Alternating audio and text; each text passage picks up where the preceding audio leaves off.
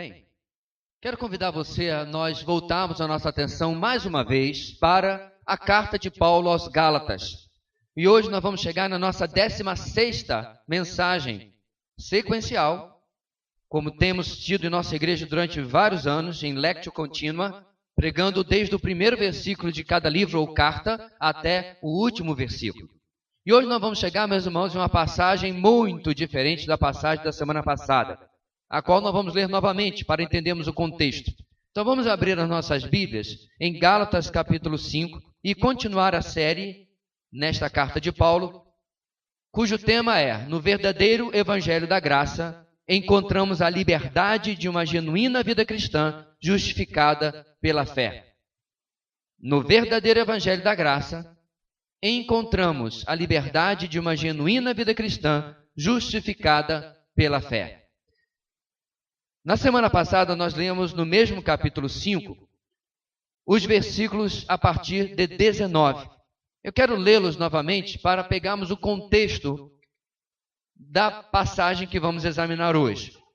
A partir do versículo 19, nós lemos na semana passada que o texto diz o seguinte: ora, as obras da carne são manifestas: imoralidade sexual, impureza e libertinagem, idolatria e feitiçaria, ódio, discórdia, ciúmes, ira, egoísmo, dissensões, facções e inveja, embriaguez, orgias e coisas semelhantes. Eu os advirto, como antes já os adverti: aqueles que praticam essas coisas não herdarão o reino de Deus. Na semana passada nós passamos por esta passagem, concordo com você, extremamente desagradável. Mas ela não é desagradável, irmãos, apenas por causa do seu conteúdo, mas porque, tenho certeza que você se sentiu assim também, ela nos confronta com comportamentos, com atitudes, com escolhas que muitas vezes nós fazemos na nossa vida, que foram listadas por Paulo nas obras da carne. Seria maravilhoso se depois da nossa conversão, a nova vida em Cristo nos desse um tipo de vacina em que isso aqui fosse varrido da nossa vida. Mas não é assim que acontece. Por isso que Paulo escreve aos Gálatas dizendo que aqueles que vivem nessas práticas, não é aquele que acontece de cometer algum desses pecados, mas aqueles que vivem nessas práticas não herdarão o reino de Deus. Em outras palavras, nunca verão a vida eterna. E aí Paulo propõe para os Gálatas dessa forma, como que fazendo uma pergunta: como que então vocês, que já estão livres por causa do Espírito Santo, livres pela nova vida em Cristo, vão andar nesse mesmo comportamento? Então Paulo chega ao texto de hoje, aonde ele vai trazer o contraste com o fruto do Espírito, o contraste com as obras da carne que vimos na semana passada. Então hoje a nossa passagem vai do versículo 22 até o versículo 25. Vamos ler juntos, irmãos? Gálatas 16, desculpe, 16ª mensagem, Gálatas 5, de 22 a 25. Diz assim a palavra do Senhor, toda a igreja: mas o fruto do Espírito é amor, alegria, paz, paciência, amabilidade, bondade, fidelidade, mansidão e domínio próprio. Contra essas coisas não há lei. Os que pertencem a Cristo Jesus crucificaram a carne com as suas paixões e os seus desejos. Se vivemos pelo Espírito, andemos também pelo Espírito. Não se iluda que esse texto é pequeno hoje, porque ele vai ser um pouco mais longo de ser examinado do que nós estamos acostumados em proporção ao tamanho dele. O versículo 26, irmãos, apesar de estar em nossa Bíblia no capítulo 5, nós entendemos que ele já faz parte do contexto que começa no capítulo 6, então nós vamos começar a partir dele na semana que vem. No texto de hoje, meus irmãos, Paulo vai nos ensinar a seguinte grande ideia: o fruto do Espírito marca a liberdade daqueles que andam, ou daquele que anda pelo Espírito. O fruto do Espírito marca, ele destaca a liberdade daquele que anda pelo Espírito. Ele é a evidência, ele é a comprovação de que esta pessoa está andando no Espírito ou pelo Espírito de Deus. Nosso texto, irmãos, na semana passada, era realmente muito pesado. nos trazia confrontações de situações que vemos muitas vezes na nossa vida, as quais nós sabemos que desagradam a Deus e não queremos de maneira nenhuma recorrer a elas. Paulo lista parte daquilo que o ser humano manifesta, que o ser humano vive, quando atende às suas paixões, aos seus desejos e inclinações carnais. Melhor dizendo, não apenas os seres humanos em geral, mas muitas vezes até mesmo os cristãos. Algo que deveria caracterizar apenas aquele que não conhece a Deus, muitas vezes se manifesta também na vida daquele que já conheceu a Deus, aquele que já tem a nova vida em Cristo, que já experimentou o novo nascimento que Jesus explicou para Nicodemos em João capítulo 3. Mas também, meus irmãos, nós sabemos que aquele que conheceu a Cristo, que já está debaixo da influência e da obra do Espírito Santo, manifesta não apenas isto, mas principalmente aquilo que Paulo irá listar a partir do versículo número 22. Então nós vamos caminhar, meus irmãos, e vocês vão perceber que a mensagem de hoje vai ser um tanto quanto desequilibrada em relação ao tempo. Nós temos uma lista que não podemos apenas sobrevoá-la rapidamente, temos que dar atenção ao seu conteúdo. Nós vamos passar a maior parte no ponto número 1, nesta lista do versículo 22 e 23. E que começa exatamente agora. Primeira parte, o fruto do Espírito caracteriza a liberdade de andar no Espírito. O fruto do Espírito caracteriza a liberdade de andar no Espírito. Assim, meus irmãos, iniciando este emblemático texto, Paulo começa também com um significativo mas. A partícula mas porém, contudo, entretanto, todavia. O texto começa assim. Em contraste com o que ele havia falado antes, em oposição às obras da carne, Paulo começa o versículo 22 com um mas, deixando claro que ele vai dar o oposto daquilo que nós havíamos lido antes. O religioso, aquele que vive apenas diante de uma religião ou de um conjunto de regras tentando controlar a sua própria vida, ele pode até conseguir controlar seus impulsos. Ele pode até não viver atolado no pecado, porém, nunca conseguirá manifestar por si mesmo as graças do Espírito, chamadas aqui de fruto do Espírito. O que eu quis dizer? Ele pode até não ter uma vida torta, uma vida completamente emporcalhada pelo pecado, mas ele nunca conseguirá manifestar de verdade ou aquilo que só o Espírito Santo pode fazer na nossa vida. O religioso conseguirá, por exemplo, não adulterar ou matar alguém, né, exteriormente. Porém, no seu coração, ele terá cobiçado o corpo de alguém que não deveria. Ele terá odiado os seus inimigos, algo que Jesus disse que era igual a assassinato. Lembra desse texto? O que eu estou dizendo aqui, meus irmãos? A religiosidade só transforma a gente de fora, mas não transforma a gente dentro. A religiosidade pode dar uma aparência muito bonita, mas não transforma o nosso coração.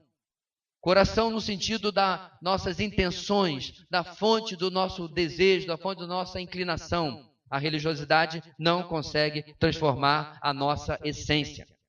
Não há também, meus irmãos, nesse texto como ignorar a escolha do apóstolo Paulo, em que quando ele falou das obras da carne, ele usa o plural e agora ele troca para o singular, o fruto do Espírito. Mas por que será, meus irmãos, que Paulo faz isso? Eu quis destacar aqui 3 razões porque Paulo troca do plural as obras para o singular, o fruto do Espírito.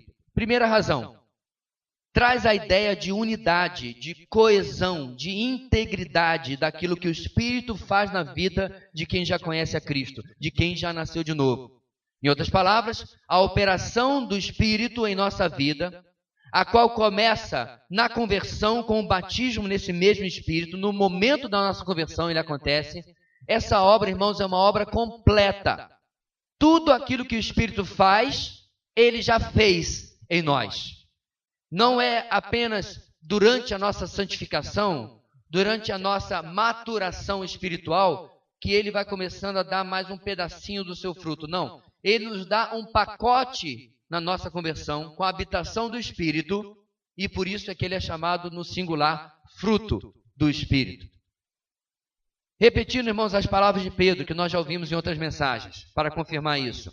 Seu divino poder nos deu todas as coisas de que necessitamos para a vida e para a piedade, por meio do pleno conhecimento daquele que nos chamou para a sua própria glória e virtude. 2 de Pedro, capítulo 1, versículo 3. Como Pedro disse, meus irmãos, seu divino poder já nos deu, tempo passado, tudo o que precisamos. Então, no momento da sua conversão, a obra de Cristo naquilo que você precisa para viver a sua vida espiritual é realizada plenamente pelo Espírito na sua vida. É que durante a sua caminhada, espera-se que você vai amadurecendo, e aquilo que nós lemos agora há pouco nos versículos 22 e 23 vai começando a aparecer mais na sua vida. Porém, a unidade da palavra fruto demonstra que você já recebeu tudo de uma maneira ou de uma vez só. Segundo lugar, Paulo usa o singular, meus irmãos, porque o ambiente do Espírito é o ambiente onde essas 9 graças listadas aqui vão habitar. Esta, meus irmãos, é a cultura do reino do Espírito. Ou seja, não tem como eu quero só apenas 5 dos 9. Esses 4 aqui eu não quero ou não vou ter na minha vida. Meus irmãos, um ambiente. Não há como você mergulhar nessa água, por assim dizer, do Espírito e dizer eu quero só o hidrogênio, mas não quero o oxigênio. É um composto. O reino do Espírito é composto por tudo aquilo que está listado no fruto do Espírito. Ou seja, falhar em qualquer dessas partes, ou mesmo, irmãos, manifestar as obras da carne, é algo estranho, é algo estrangeiro para aqueles que são súditos desse reino. Nós não temos, meus irmãos, como escolher uma parte da cultura do reino. Ela é toda debaixo do fruto do Espírito. E, finalmente, em terceiro lugar, Paulo usa a palavra no singular porque o cristão é um pequeno Cristo. Isso significa a palavra cristianos, da onde nós tiramos a nossa palavra em português, cristão. O cristão é um imitador do seu Senhor e Salvador. Nenhuma imagem, nenhuma cópia de Cristo em mim, em você, é completa ou cumpre o seu objetivo sem que nós possamos lembrar que Jesus vivia absolutamente todos os 9 itens dessa lista. Então, se eu sou um imitador de Cristo, eu não posso dizer se eu vou ser imitador de Cristo em 8 partes do fruto do Espírito. Mas um 9º eu não quero, porque isso aqui dá um trabalho. Isso aqui é muito contra a minha natureza, a minha personalidade. Porque se eu sou imitador de Cristo, eu vou buscar vivenciar todo o fruto do Espírito. Antes de nós vermos, irmãos, cada parte, é importante destacar que o cristão, portanto, é reconhecido assim por esse fruto. Contudo, vivemos em dias, irmãos, onde os dons do Espírito são 10, 20, 100 vezes mais enfatizados e procurados e propagandeados do que o fruto. Você vai numa igreja, e aquela igreja é mais avivada ou menos avivada, e a grande questão quando se fala do Espírito Santo é, qual dom que você tem? Você fala em línguas, você profetiza, você cura, você faz isso, você faz aquilo? Em nenhum lugar da Bíblia, em absolutamente nenhum lugar, a vida espiritual de alguém foi qualificada, foi avaliada pelos dons que essa pessoa tem. Ela sempre é avaliada se ela manifesta ou não o fruto do Espírito. Mas nos dias de hoje se inverteu. Se modificou a forma de avaliar a vida espiritual das pessoas. Ou seja, meus irmãos, em lugar de Coríntios 12, 13 e 14... Deus está mais interessado em Gálatas 5, 22 e 23, quando olha para a minha vida. Quantas vezes, irmãos, e eu já tive o privilégio de conviver com todo tipo de denominação, eu estava em denominações onde a pessoa dizia que tinha este dom, que falava desse jeito, que profetizava, e tinha isso, tinha aquilo, e era uma pessoa extremamente carnal, uma pessoa iracunda, uma pessoa muitas vezes que não perdoava. O que adianta tantos dons se você não manifesta? Inclusive Paulo vai falar isso exatamente no contexto que ele trata dos dons. O principal, nós vamos começar por ele, que é o amor. O que adianta? No capítulo 12 de Coríntios e no capítulo 14, Paulo está tratando dos dons. O que ele trata no capítulo 13, irmãos? O quê? O amor. Porque pouco importa o que você faz ou deixa de fazer. Nem dons, nem talentos são mais importantes do que manifestarmos o fruto do Espírito. Isso dito, a primeira categoria dentro do fruto do Espírito fala de manifestações divinas, manifestações de Deus no cristão. Nós vamos ver que as 9 os 9 itens colocados por Paulo se divide em 3 categorias. Essa primeira categoria fala de coisas que são a natureza do nosso Deus e nós as imitamos ou recebemos dele, origina-se no nosso relacionamento com Deus. A primeira delas, está na sua Bíblia, é o amor. Não haveria, queridos, algo melhor para começar a nossa lista. Não tinha como escolher outra palavra ou outra coisa para começar a nossa lista. O apóstolo João vai nos dizer que Deus é amor. O amor é o próprio Deus. O amor é o fundamento de tudo. Todo o resto é, de fato, repercussões e manifestações do amor. É como se nós colocássemos o amor em cima e todos os outros 9, as 9 partes ligadas ao amor. É ele que gera todas as outras coisas. É por isso, meus irmãos, que nós vemos que todos os outros itens do fruto do Espírito estão presentes exatamente em Coríntios capítulo 13. Por que ele fala? O amor é paciente, o amor é benigno, e ele vai listar todas as coisas que nós vimos aqui, lá em 1 Coríntios 13. A palavra usada por Paulo aqui, meus irmãos, para amor, é a palavra agape, que é a palavra, inclusive, que dá nome a um dos nossos grupos de vida. Este é, meus irmãos, o amor divino. Por que isso é importante? Porque essa não é a única palavra em grego que poderia ser traduzido por amor. Em português, eu amo a minha esposa, e eu amo chocolate, e eu amo meu cachorro, e eu uso a mesma palavra para tudo. Mas é óbvio que eu não amo nenhuma dessas coisas da mesma maneira. Eu amo um pôr do sol, e eu amo um monte de coisa. Eu amo meu time de futebol, eu amo meus pais, eu amo tudo. É interessante, irmãos, que os gregos sábios, eles tinham, na verdade, 4 palavras para amor. 3 dessas eram mais comuns. Já vimos ágape, mas também existe a palavra eros, que é o amor entre um homem e uma mulher. Essa palavra não aparece no Novo Testamento. E a outra palavra é a palavra philos, de onde vem filantropia, filarmônica em português, que é o amor fraternal. É o amor que nós temos para com os nossos amigos. É o amor que nós temos até mesmo dentre os irmãos da igreja e até mesmo dentro da nossa família. Nós podemos ter para com as pessoas mais de um tipo de amor. Paulo não usa nenhuma dessas palavras, ele usa a palavra mais significativa, que é a palavra agape.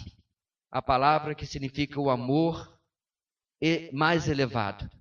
O amor que provém de Deus, que só podemos manifestar porque é a essência do próprio Deus. Isso é muito importante, irmãos, porque nós vivemos dias em que o amor foi rebaixado a meras emoções, a um arrepio, a sentimentos nas mentes dos homens. Mas a palavra de Deus usa amor aqui, nos levando para o padrão bíblico e não para o padrão do mundo. O padrão bíblico, irmãos, é totalmente diferente. Qual é o padrão bíblico? Deus amou o mundo de tal maneira, amou tanto o mundo, que deu o seu Filho unigênito. Esse é o padrão do amor da Bíblia. Deus exemplifica, meus irmãos, a qualidade do amor, ou seja, um amor sacrificial, um amor que tem o bem do outro como seu alvo primeiro, às vezes até mesmo em seu próprio prejuízo. Porque não foi o que Jesus fez? Nos amou até o fim, diz o texto, entregou a sua vida por nós totalmente em prol do seu próprio prejuízo, ou em troca do seu próprio prejuízo. Esse, meus irmãos, é o amor bíblico. Esse é o amor sacrificial, o amor que se doa, o amor que tem, meus irmãos, sempre o outro como principal objetivo. Deus fez isso por nós, nos amando de tal maneira, morrendo por criaturas pecadoras, criaturas inferiores, ingratas, mesmo assim. Ele morre e não apenas nos salva, mas nos dá o seu Espírito para que nós possamos compartilhar do seu amor. Segunda palavra na sua lista, alegria. Apenas aquele, irmãos, que vive nessa esfera desse amor divino, irá experimentar a alegria do Espírito. É interessante, irmãos, que essa é uma palavra que a gente usa também para muitas coisas. Ontem nós estávamos assistindo com alguns jovens da igreja um filme.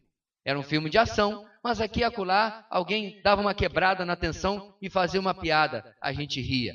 Ou seja, a alegria também é manifestada de maneiras humanas, de maneiras banais, de maneiras do nosso dia a dia. Não é isso, irmãos, que o texto está nos dizendo aqui.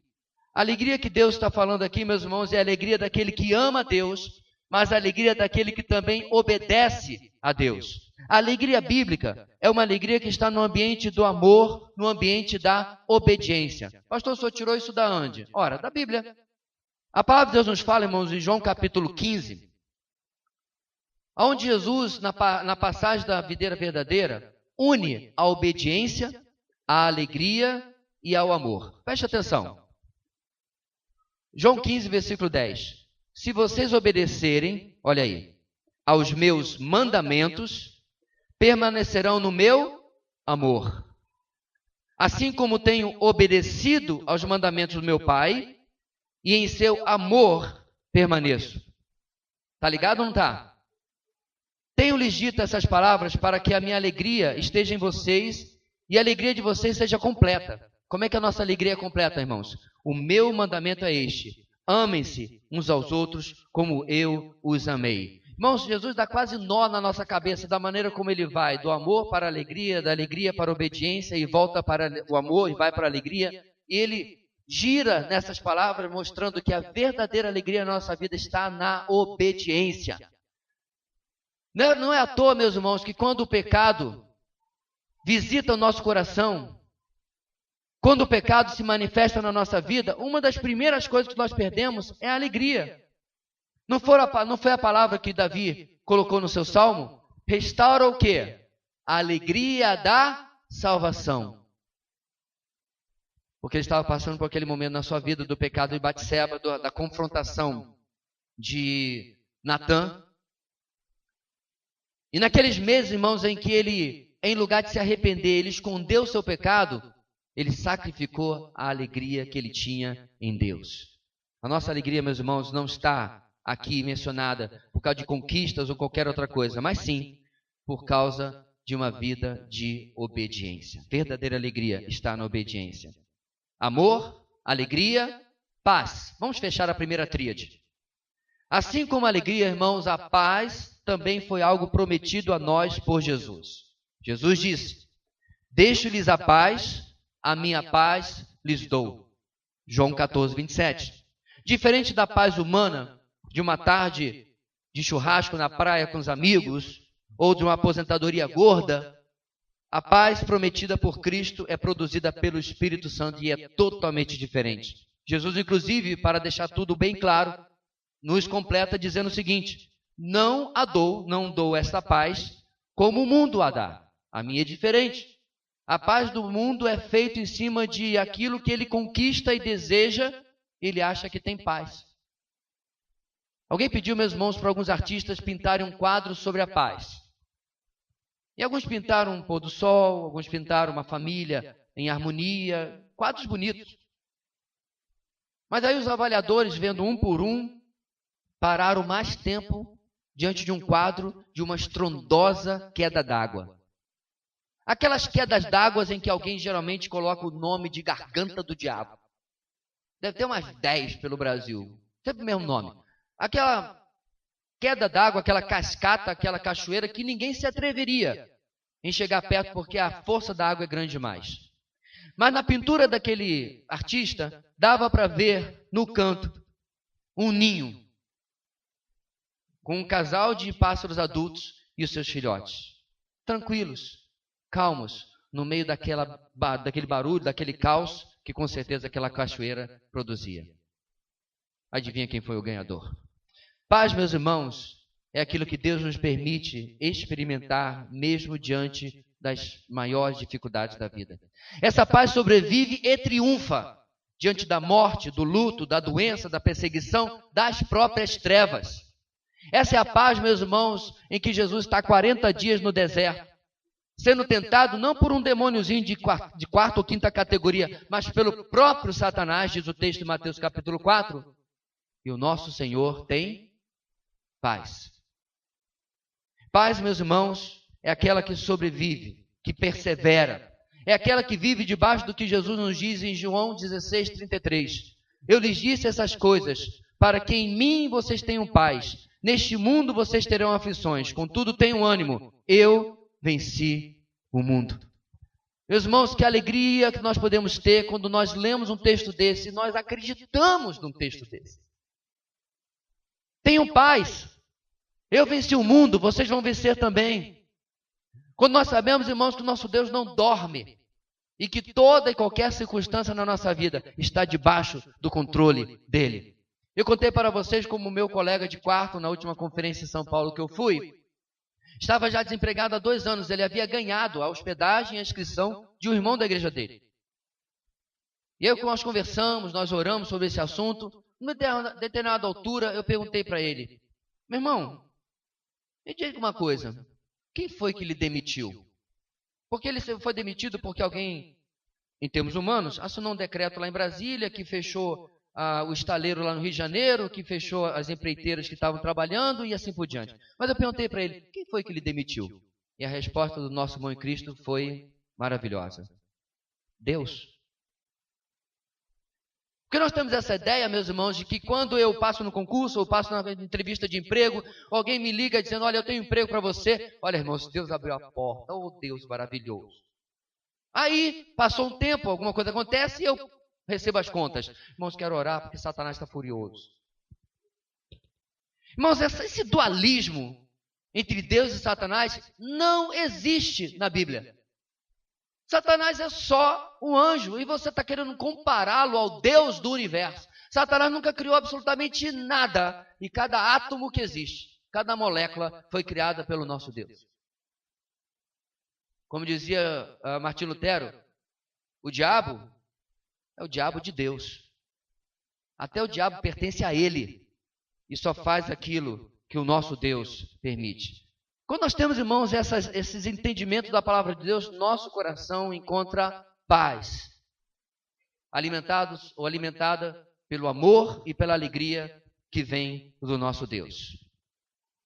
Seguindo, irmãos, depois da base dessa primeira tríade, amor, alegria e paz, somos levados para as partes do fruto do Espírito que tocam mais diretamente, de forma prática, os nossos relacionamentos.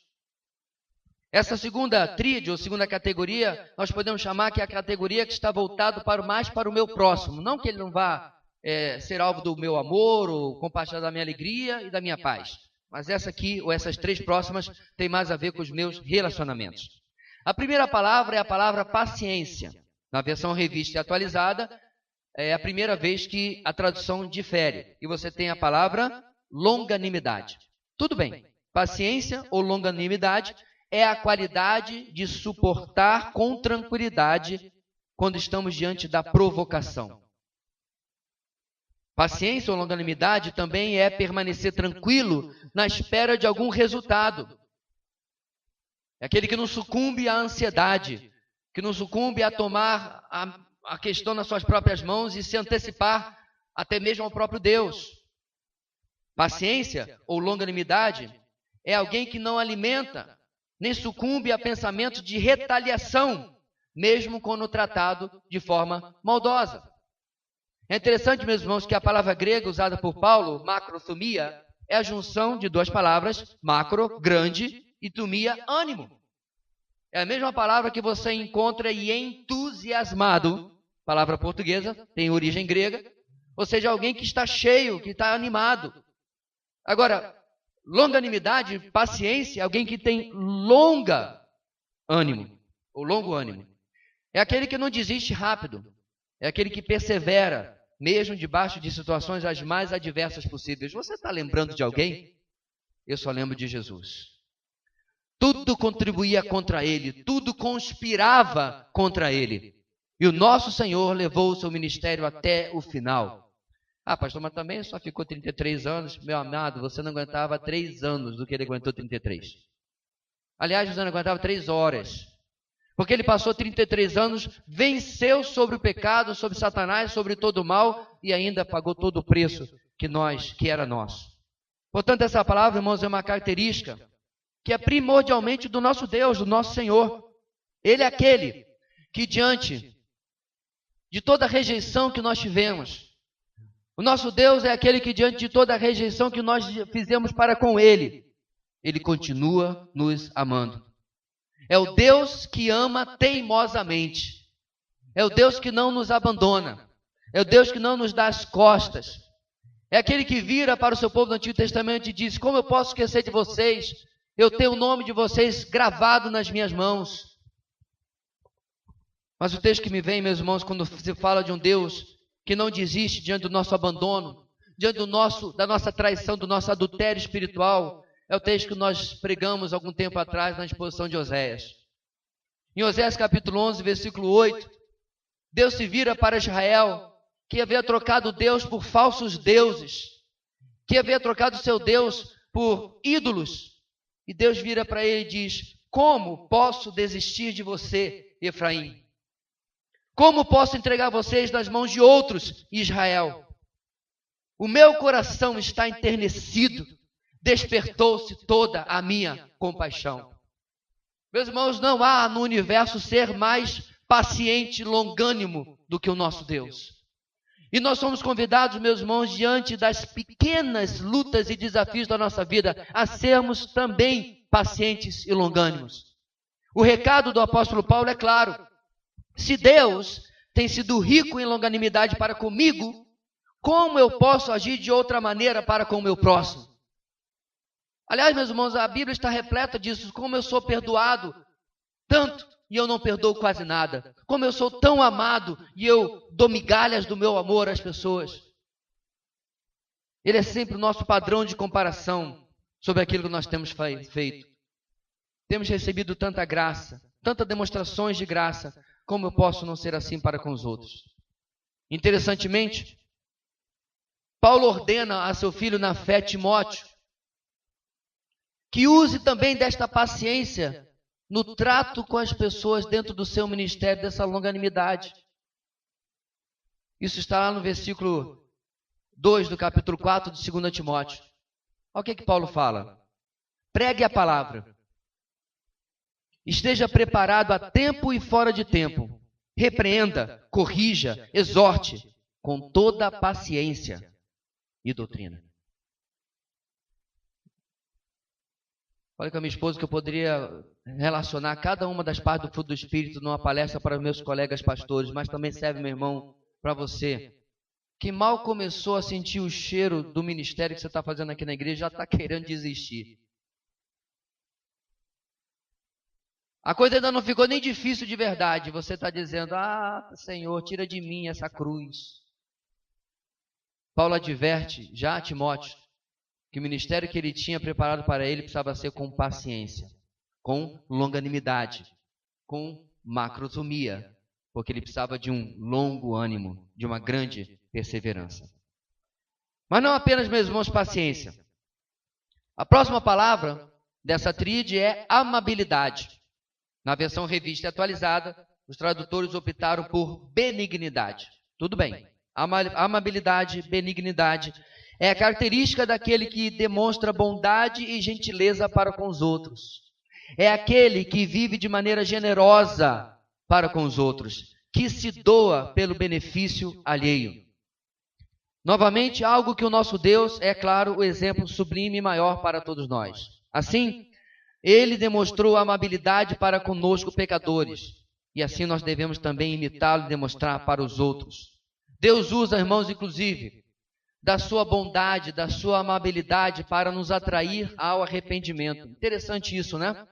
Em lugar apenas da repreensão, e ele nos repreende, em lugar apenas de nos chamar a atenção e nos disciplinar, e ele realmente faz isso, Deus também usa da sua bondade e da sua amabilidade para nos atrair. Olha o que o texto diz, meus irmãos, em Romanos 2,4. Ou será que você despreza as riquezas da sua bondade, da bondade de Deus, tolerância e paciência, não reconhecendo que a bondade de Deus o leva ao arrependimento? Quando o ser humano, meus irmãos, percebe como Deus tem sido bondoso na sua vida, muitas vezes ele é levado ao arrependimento dos seus pecados por causa do quê? Da amabilidade do nosso Deus. A palavra usada aqui por Paulo em Romanos 2,4 é a mesma palavra, a mesma raiz da palavra usada por ele em Gálatas. Inclusive, meus irmãos, essa bondade é a próxima palavra que nós temos aqui na nossa lista para encerrar essa segunda tríade. Bondade é outra palavra que tem a ver com moral, com valores. Isso irá, meus irmãos, repercutir na vida do nosso próximo, mas tem mais relação com a operação do Espírito preste atenção, mudando a nossa programação interna. Por quê? Cada um de nós teve uma criação. Cada um de nós teve uma forma como fomos criados na nossa casa. Alguns tiveram pais com uma moral padrão 10, ou padrão 9, para outros 7, 6, 5, ou nenhuma moral. Alguns foram colocados de um ensino com muita ética sobre o que é certo e sobre o que é errado. Quando você se converte, Deus não joga tudo isso fora. Boa parte daquilo que você aprendeu, Deus usa e daí Ele continua transformando a sua vida. A bondade, meus irmãos, é a reprogramação de Deus sobre o que é o seu padrão de bondade para com o seu próximo. Ele está mudando a sua programação mental, daquilo que você estava acostumado a fazer ou não. Por exemplo, talvez você era uma pessoa muito boa para com quem é bom para você. Que é, inclusive, o tipo mais fácil de bondade. Quem é bom para mim, eu sou bom também. Talvez, por outro lado, você é muito bom para a sua família. Há aqueles que, de forma bem distorcida, é muito bom para aqueles que não são da sua família. Quando você se converte, o Espírito Santo começa a questionar esses falsos padrões de bondade e colocar a bondade bíblica dentro de você. Última categoria, últimas 3 palavras. Essa última categoria, meus irmãos, fala sobre a pessoa do cristão, sobre mudanças na sua essência. Primeiro, nós vimos a categoria que falava de coisas que nos ligam ao caráter, à personalidade de Deus, porque são características muito fortes nele. Segundo, aquilo que vai atingir principalmente os nossos relacionamentos. Mas essa terceira categoria, as últimas 3 palavras, fala daquilo que eu realmente sou. E a primeira delas é fidelidade. Agora preste atenção, porque essa é uma palavra que tem mais de um significado no Novo Testamento. A palavra usada aqui por Paulo para fidelidade também é comumente usado como fé no Novo Testamento.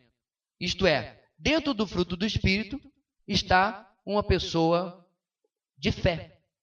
Uma pessoa que segue a confiança em Deus. A fé no Novo Testamento tem 3 significados. Primeiro, a fé é a sã doutrina. É aquela fé que foi de uma vez por todas entregue aos santos, como nos diz o Judas, meio-irmão de Jesus.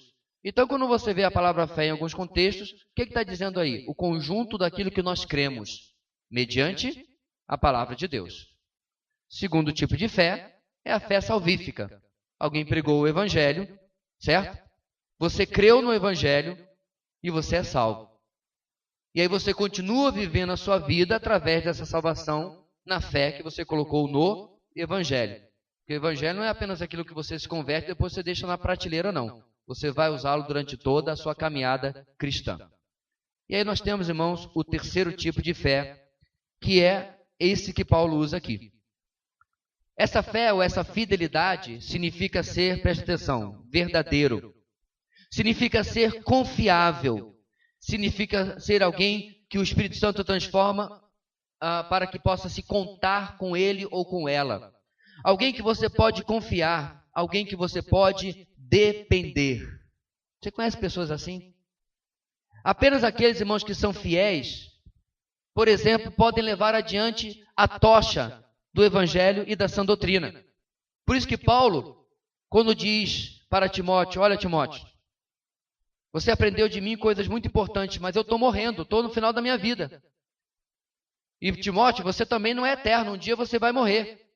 Então você precisa preparar aqueles que vão continuar levando a tocha do Evangelho. O que Paulo fala para ele? 2 Timóteo 2,2. E as coisas que me ouviu dizer na presença de muitas testemunhas, confie a homens fiéis, que sejam também capazes de ensinar a outros. O que Paulo está dizendo aqui? Confia a homens que amanhã e depois, Timóteo, de repente você é capturado. Havia perseguição da igreja naqueles dias. De repente, Timóteo, você já é morto. Mas você vai morrer, assim como eu estou morrendo, confiando de que a tocha do Evangelho está nas mãos de gente confiável. Irmãos, eu me lembro quando o antigo pastor do meu pai estava já bem velhinho. A igreja dele tinha vários pastores. Ele já era um pastor da faixa dos 80 anos de idade, já naquela categoria de esperando Jesus chamar. Já estava praticamente cego, muitas enfermidades por causa da idade. E aí ele falou uma coisa, meu pai me contou, que me deixou muito triste. Com tantos pastores na sua igreja, ele não tinha um que ele pudesse confiar como sendo fiel, para lhe substituir no comando da igreja. Você já pensou? Isso, meus irmãos, eu quero agradecer a Deus pela equipe ministerial que Deus tem dado à nossa igreja. No começo deste ano, na verdade, final do ano passado para o começo deste ano, nós viajamos, depois de 4, 5 anos sem tirar férias. E eu comentei várias vezes com várias pessoas, eu estou tranquilo. Porque o ministério da comunidade Batista Videira está na mão de 3 homens fiéis. Posso descansar, porque o trabalho continua. E eu poderia dizer e disse, não me refiro apenas a esses 3 homens, mas muitos outros homens e mulheres fiéis. Para quem missão dada, é missão cumprida. Acho que essa é a melhor frase para um homem ou uma mulher fiel. É aquele que você entrega, olha, eu vou lhe dar essa tarefa, tá bom? E você vira as costas. Você não precisa ficar brechando, curiando para ver se está fazendo ou não está fazendo. Porque é alguém fiel, porque é alguém confiável. William Carey, pai de missões modernas, escrevendo a seu amigo John Williams, disse: ore por nós, para que possamos ser fiéis até o fim. Como temos dito, irmãos, nesta igreja, mais importante do que começar bem é terminar bem. O versículo 23 traz, então, mansidão. Nossa penúltima categoria aqui. A penúltima parte, então, irmãos, do fruto do Espírito é mal compreendida muitas vezes pelas pessoas. Muitos acham que mansidão é uma fala mansa, uma atitude não confrontativa, ou alguém que nunca responde a um ataque ou ofensa. E geralmente as pessoas acham que isso é mansidão. Será que realmente é isso, irmãos? É engraçado que quando a gente passa pelo crivo bíblico, tudo cai por terra dessas avaliações. Por exemplo, na versão revista e atualizada, nós encontramos em Números 12:3 que Moisés era um homem muito manso. Na NVI diz que ele era um homem muito paciente. Contudo, nós vemos Moisés usando de palavras enérgicas, confrontativas, e até mesmo perdendo a paciência quando ele desce do Monte Sinai e encontra o povo na orgia, na bagaceira. O que ele faz? Solta uma pomba, toca Imagine. É isso que ele faz? Ele pega as tábuas escritas pelo dedo de Deus, pega as tábuas da lei e joga no chão. Tamanha a frustração do homem muito manso. Pastor, mas vai ver que essa palavra não é a mesma que Paulo usou. Tudo bem. Então vamos usar o Novo Testamento, na mesma língua que Paulo escreveu, Gálatas 5:23. Jesus fala sobre si mesmo em Mateus 11:29 e diz que ele é manso e humilde de coração. Mesmíssima palavra usada por Gálatas. Contudo, esse mesmo Jesus, com ira santa, toma um chicote e limpa o templo dos vendilhões que estavam contaminando a casa do seu pai. Passa no seu padrão de mansidão? Pois é, porque nós estamos pensando, irmãos, com padrões humanos muitas vezes. Mas não é só isso, meus amados. Esse mesmo Jesus que é manso e humilde de coração, um dia virá com furor e ira julgar toda a humanidade. O cordeiro também é o leão. E às vezes nós esquecemos disso. O cordeiro de Deus que tira o pecado do mundo também é o leão da tribo de Judá. Então, irmãos, o que é a mansidão, afinal de contas? Eu queria compartilhar com vocês o que esse comentarista chamado Timothy George escreveu. Preste atenção. Mansidão, esta palavra, conota um espírito submisso e dócil para com Deus, que se manifesta em genuína humildade e consideração pelos outros. É lamentável que a palavra mansidão ou gentileza tenha tido a conotação popular de uma fraqueza inoportuna ou uma não assertiva falta de vigor. Como uma expressão do fruto do Espírito, mansidão é força sob controle. Poder aproveitado em serviço amoroso e ações respeitosas. Aquele que é manso, que é gentil, nesse sentido, não tentará empurrar os outros ao redor ou arrogantemente impor sua própria vontade aos subordinados ou aos seus pares. Muito diferente. Não é carinha de anjo barroco, mas é alguém que, apesar de, às vezes, até de poder fazer alguma coisa, tem sua força, o seu poder, a sua autoridade sob controle. Perceba, meus irmãos, não sei você, mas cada parte do fruto do Espírito se transforma em uma confrontação com o meu estilo de vida, com o seu estilo de vida. Porque Paulo vai terminar essa lista, talvez com um dos piores, ou a pior característica da obra do Espírito que ele poderia terminar, na nossa opinião. Na sua Bíblia, a última parte do fruto do Espírito é domínio próprio. Ou como diz na versão revista e corrigida, temperança. O que é isso, irmãos? Domínio próprio, essa última palavra aqui, que vem logo depois, bem próximo de mansidão, significa a capacidade de controlarmos pela ação do Espírito as nossas paixões e os nossos desejos. É dominarmos nossa língua e feições com nossos pensamentos. Além de controlarmos nossos sentimentos através da lógica daquilo que sabemos sobre Deus, sobre nós e sobre o mundo. Irmãos, isso aqui é tão importante que é interessante que quando nós tivemos, alguns meses atrás, não lembro quantos, um devocional naquela semana era sobre bens materiais, sobre comprar coisa ou não comprar coisa, desperdício. Eu não sei no seu grupo de vida, mas no meu foi uma confissão de pecado atrás do outro. Era mulherada dizendo que não podia, parecia uma centopeia, tinha mais sapato do que pé. Era homem dizendo que gastava mais com produtos eletrônicos do que deveria. Falta de controle próprio, falta de temperança em algo tão simples na nossa vida, que é a administração de nossos bens materiais. O domínio próprio, meus irmãos, portanto, fecha, porque apenas aquele que ama lá em cima vai ter paz, alegria, vai ter tudo isso que nós vimos até agora e também terá domínio próprio, porque sabe que a falta dele prejudica o seu próximo.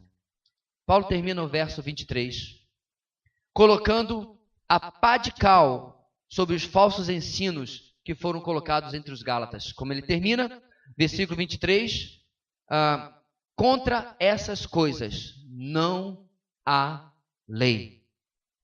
Contra essas coisas não há lei, porque o fruto do Espírito está acima da lei.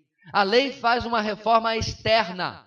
O fruto do Espírito faz uma reforma interna. A religiosidade muda a maneira como você pode se comportar, se vestir, mas por dentro não transforma o seu coração. Apenas a obra do Espírito Santo. Como está, meus irmãos, o Espírito? Como tem o Espírito agido na sua vida? Será que esse fruto do Espírito que nós vimos aqui tem marcado a sua vida espiritual? Ou é algo estranho para você? Nosso texto continua, irmãos. Eu falei que a gente ia passar a maior parte do tempo no versículo 22 e 23. Mas vamos terminar os 24 e 25. Nosso texto continua e o fruto do Espírito caracteriza a vitória sobre a carne, no versículo 24. Nesse verso, irmãos, e também no pedaço do próximo, Paulo irá fechar com uma conclusão diante dessas duas listas que nós vimos, as obras da carne e o fruto do Espírito. Se estamos em um conflito entre vícios e virtudes, entre trevas e luz, entre carne e espírito, será que não estaríamos condenados a uma eterna queda de braço, uma eterna briga de cabo de guerra, em que uma hora você perde, uma hora você ganha? Será que é isso, irmãos, que Paulo está nos dizendo? Não. Não é assim que Paulo enxerga, irmãos, a nova vida em Cristo. Apesar de sua influência maligna, Paulo diz no versículo 24, os que pertencem a Cristo crucificaram a carne. Meus irmãos, nas pesquisas arqueológicas do Império Romano, ninguém sobrevivia à crucificação. Quando diz que o cristão crucificou a carne, significa que ele matou a carne. Então Paulo está falando aqui, meus irmãos, de que a nossa vitória possui uma estratégia. A nossa vitória possui um plano de ação. E esse plano de ação tem duas partes. Nós estamos vendo a primeira. Qual é a primeira parte do plano de ação no versículo 24? Mortificação. Isto é, uma prática constante de distanciamento do pecado e da carne. Uma mudança de mentalidade e valores, na qual eu arranco aquilo que trouxe morte e dor ao meu Senhor e Mestre. Na qual eu passo a odiar o pecado de forma inversamente proporcional ao que eu cresço em amar a Jesus. Entendeu? Todo mundo fala, Jesus, eu te amo. Tinha até uma música que repetia à exaustão, Jesus, eu te amo, Jesus, eu te amo, Jesus, eu te amo, umas 300 vezes. Mas além de amar a Jesus, irmãos, eu preciso odiar o pecado. Porque se torna uma contradição na minha vida dizer que eu amo a Jesus, mas não faço nada sobre o pecado que crucificou o meu Senhor. Em Gálatas 2:20, nessa mesma carta que nós estamos estudando, Paulo usa uma linguagem semelhante, lembra? Porém, a diferença é que Paulo lá usa na voz passiva. O que diz Gálatas 2:20? Fui crucificado com Cristo. Voz passiva. Eu sofri a ação de ser crucificado. Mas aqui no texto nós estamos lendo, a voz é ativa. Os que pertencem a Cristo Jesus crucificaram a carne. O que significa, irmãos? Capacitados pelo Espírito de Deus. Eu e você, meu irmão, que somos nova criação, a nova raça criada em Cristo Jesus, somos sim capacitados e enchidos do poder do Espírito Santo para ter vitória sobre a carne. Foi o que nós falamos, irmãos, não sei se semana passada ou na semana anterior. Não é, pastor, eu não estou conseguindo vencer esse pecado. Qual é a palavra certa, irmãos? Eu não quero vencer esse pecado. Porque eu nunca vi nenhum pecado que fosse desagradável. Não me entenda mal, o pecado é nojento. Mas eu só peco porque ele é bom, no momento que eu estou fazendo. Por que eu me iro e humilho o meu próximo? Porque eu estou me sentindo muito bem, empoderado. Eu mostrei para ele. Aí eu vou, aí o Espírito Santo fala no coração, aí o salto já desce, o ombro já cai, e eu vejo a asneira que eu fiz. Mas naquela hora não foi o meu pensamento. Naquela hora em que o fruto do Espírito foi substituído pelas obras da carne, não foi o que eu pensei. Mas assim, meus irmãos, eu tenho sim a capacidade de, durante a afronta, em lugar de levantar a minha voz mais e mirar e humilhar o meu próximo, quem quer que seja ele, eu posso dar outra face, andar a segunda milha, sofrer o dano. Ah, pastor, mas aí, né? Pois é, por isso que eu disse, irmãos. Não é que eu não consigo vencer o pecado, eu não quero. Não quero sofrer a humilhação, não quero sofrer a perda, eu não quero engolir sapo. Os que pertencem a Cristo crucificaram a carne. Portanto, meu irmão, você tem usufruído do poder do Espírito para, portanto, mortificar a sua carne, controlar a sua língua, controlar a sua mente, controlar o seu corpo.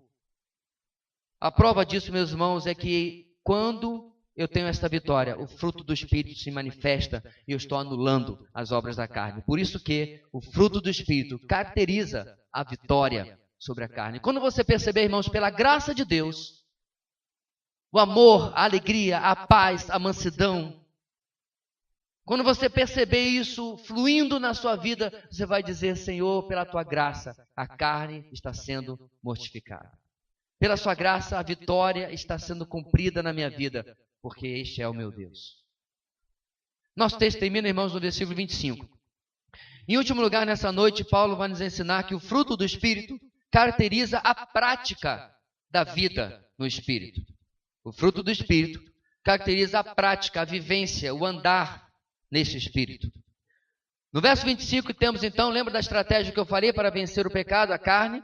A segunda parte está no versículo 25. E a segunda parte da estratégia dessa vitória, irmãos, é simples. Práticas piedosas diárias. Versículo 25 diz, se vivemos pelo Espírito, andemos também pelo Espírito. É como se ele estivesse dizendo, se você nasceu um dia na carne, você nasceu no seu dia de nascimento lá, na maternidade, na parteira, tanto faz. Se você está vivo nesta terra, ande nessa terra. Em paralelo, meus irmãos, se você veio à vida espiritual pelo Espírito de Deus, ande por esse mesmo Espírito. Caso contrário, você terá derrota. Pelo Espírito, irmãos, nós passamos da morte para a vida.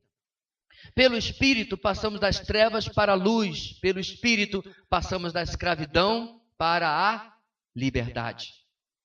Como Paulo fala no capítulo 2, no capítulo 3, no capítulo 4, no capítulo 5 de Gálatas. Repetidas vezes ele vai nos mostrar que Deus nos trouxe pelo Espírito da escravidão do pecado, da carne e da lei e nos trouxe para a liberdade de filhos. Não é exatamente o tema da nossa carta. No Evangelho da Graça encontramos a liberdade de uma genuína vida cristã justificada pela fé.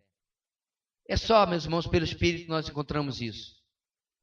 No capítulo 3, versículo 3 de Gálatas, Paulo disse o quê?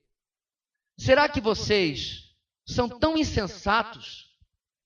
Será que vocês são tão tolos que, tendo começado pelo Espírito, querem agora se aperfeiçoar pelo esforço próprio? Sabe por que esse versículo é significativo, irmãos? Eu vou ler de novo. Será que vocês são tão insensatos que, tendo começado pelo Espírito, quando vocês se converteram, o Espírito veio e transformou a sua vida, reviveu o seu espírito que estava morto, certo? Tendo começado pelo Espírito, você é tão tolo que agora quer se aperfeiçoar, quer se santificar pelo esforço próprio?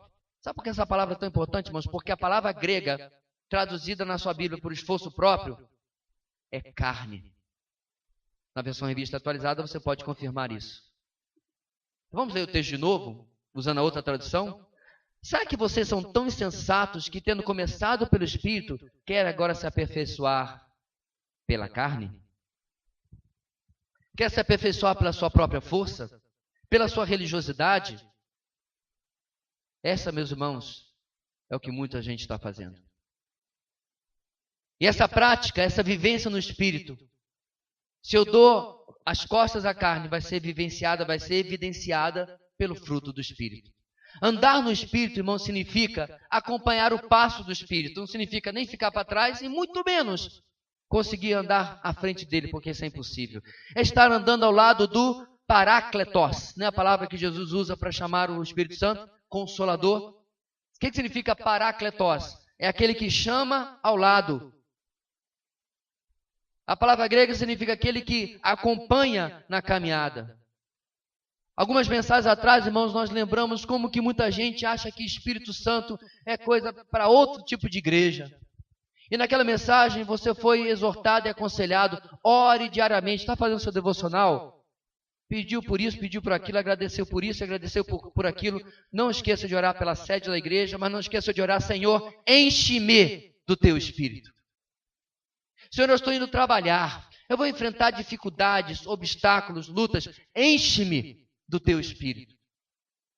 Porque Jesus disse que mesmo nós que somos pais e somos maus, palavra de Jesus, aprendemos a dar boas coisas para os nossos filhos.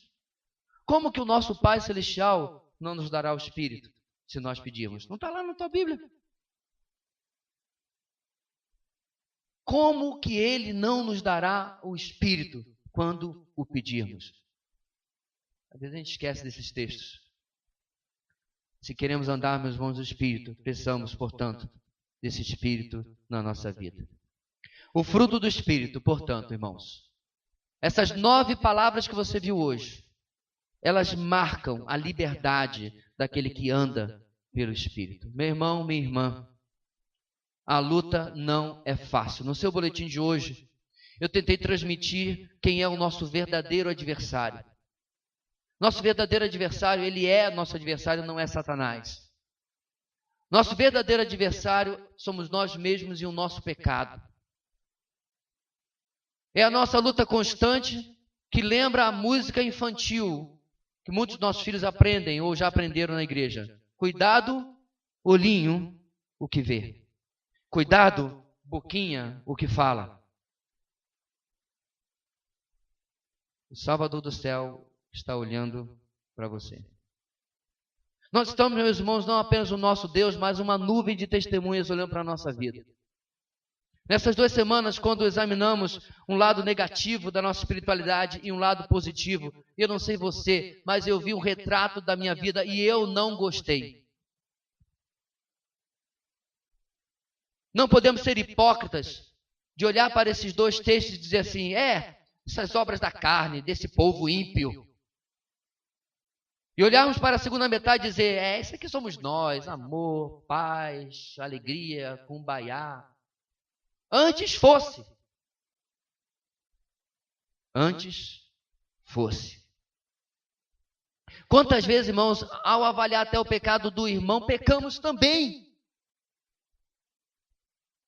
Quantas vezes, em lugar de estender a mão, somos, na verdade, aquele que puxa o tornozelo, o calcanhar. Precisamos entender, meus irmãos, que esse pequeno texto aqui fala de algo muito mais profundo do que meras palavras bonitas de autoajuda que você poderia fazer um quadro, inclusive eu já vi, e pendurar na sua parede. Amor, paz, alegria, mansidão. Precisa ser algo, meus irmãos, que possamos gravar no nosso coração, pedindo misericórdia a Deus. Que enquanto oramos, até citando essas 9 palavras, no canto dos nossos olhos, possamos olhar para os versículos mais adiante, ou mais atrás. E dizer, Senhor, pelo Teu Espírito, dá-me isto. E pelo Teu Espírito, me livra daquilo. Vamos orar. Deus querido, muito obrigado pela palavra que vem como raio-x mostrar a realidade da nossa vida. Obrigado, Deus, porque nós precisamos desesperadamente desta obra, deste mover no nosso coração. Ajuda-nos, ó Deus, a meditarmos durante esta semana e buscarmos, enquanto repetimos as palavras do Teu servo do passado, Senhor, livra-me deste homem mau, eu mesmo. Livra-nos, ó Deus, enquanto formas a pessoa de Cristo em cada um de nós. Por isso nós oramos em nome de Jesus. Amém e amém. Vamos colocar de pé, meus irmãos, ter a nossa oração final. Vou chamar o irmão Bruno novamente.